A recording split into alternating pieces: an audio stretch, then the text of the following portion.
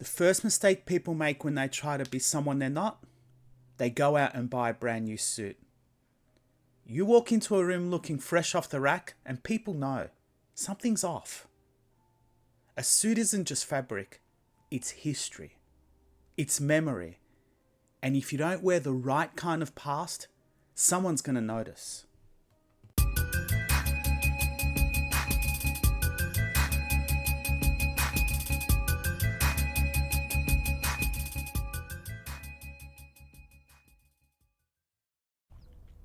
The laundromat was the perfect place for anything covert. It was communal, not suspicious, utilitarian. It smelt like detergent and cheap fabric softener, with something stale underneath, like sweat baked into plastic.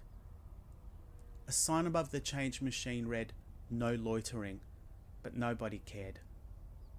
The only other person in here was an old woman folding bed sheets in the corner. Her movements mechanical, uninterested.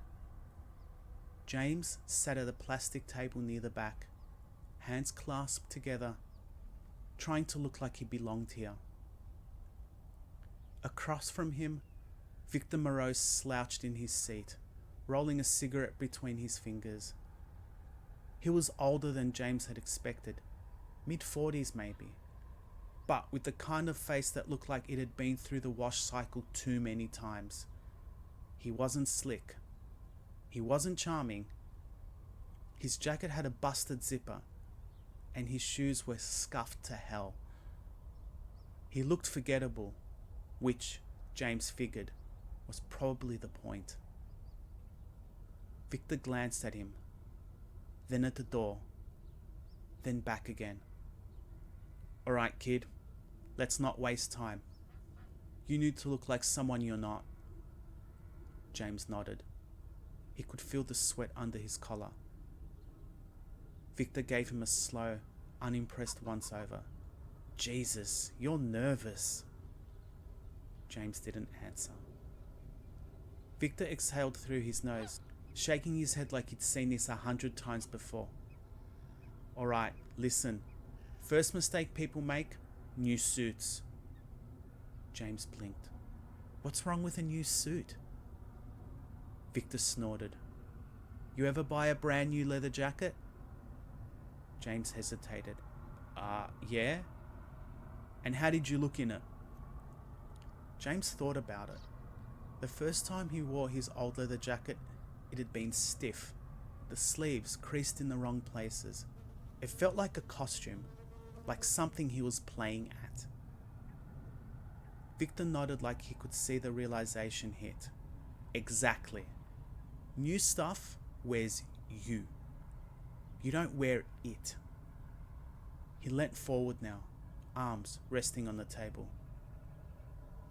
"You show up in some fresh off-the-rack piece?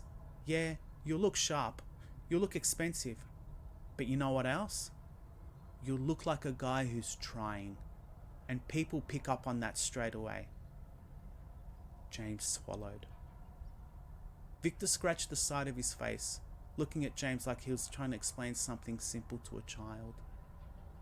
"You ever wonder why rich people dress like bums?" James frowned. "What?" Victor gestured vaguely. "You ever see some billionaire walk into a room? They're wearing ratty sneakers, jeans they've had for 15 years, and a hoodie with a grease stain on it. They don't got to prove nothing. They don't got to convince nobody." James nodded slowly. Victor smirked. "That's the look you want. Well, not that exactly, but that naturalness. Like you ain't thinking about it." James leant back slightly, thinking. Victor stretched his arms behind his head. "You got two options." He held up 2 fingers. "One, you go high-end. You drop cash on a Joseph Aboud suit. Good brand, Arab guy, does real work. Heavy wool, big buttons. You'll look like somebody, but not somebody who's been around. You'll look new money, and you don't want to look new money." He dropped 1 finger, leaving just his index raised. "Option 2, thrift shop. You find something used, something broken in. You take it to a tailor, someone like a Boots guys. You get it fitted right, cleaned up. You walk in and nobody's thinking, where did this guy get his suit? They're thinking, that's just who he is. James' fingers tapped against the table. His mind was already working. Victor's grin sharpened. See, that's the first step of a good lie, kid. It ain't about making something up. It's about taking something that's real and nudging it just enough. Lies don't work because they're clever. They work because they're easy to believe. James exhaled slowly. Victor pointed at him. You think you're about to lie to people? James nodded. Victor shook his head. Nah, man. You're about to tell them exactly what they want to hear. James stared at him. Victor let the words hang for a second, then tapped the edge of his table. Look, you ever hear the saying, the bigger the lie, the easier it is to believe? James nodded. Victor wavered off. Yeah, that's rubbish. Big lies get you caught. What works is momentum. You don't let people stop to question it. You give them just enough detail to keep them nodding along. James swallowed, thinking of the people he'd be dealing with. Men who wouldn't nod along if they thought something was off. Victor must have read it on his face. He clicked his tongue. Man, you're worried about getting caught, but you're thinking about it wrong. People don't just catch you, James. They gotta want to catch you. And most people, they don't want to work that hard. They want to believe they were right about you from the start. James lets that sit for a moment. Victor sighed and pulled out a scrap of table from his pocket. He scribbled something quickly and slid it across the table.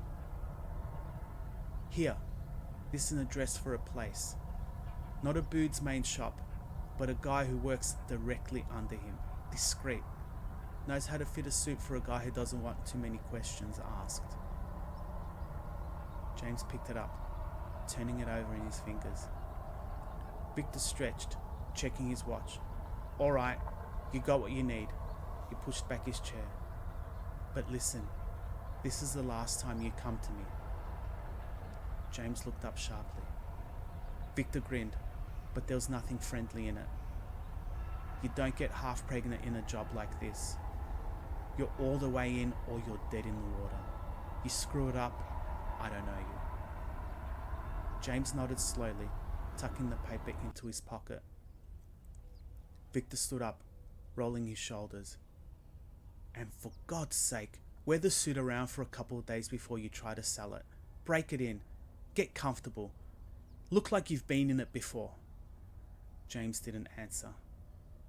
Victor smirked like he could see the wheels turning in James's head. Yeah, that's what I thought. Then he was gone. Through the door, disappearing into the city. James sat there for another minute, listening to the dryer spin. He turned the paper over in his hand again. The game had already started. Before you go, if you liked this video, give it a thumbs up to let me know. And if you're looking for more videos like this, I've got you covered. Just click on the videos here to keep watching. See you in the next one.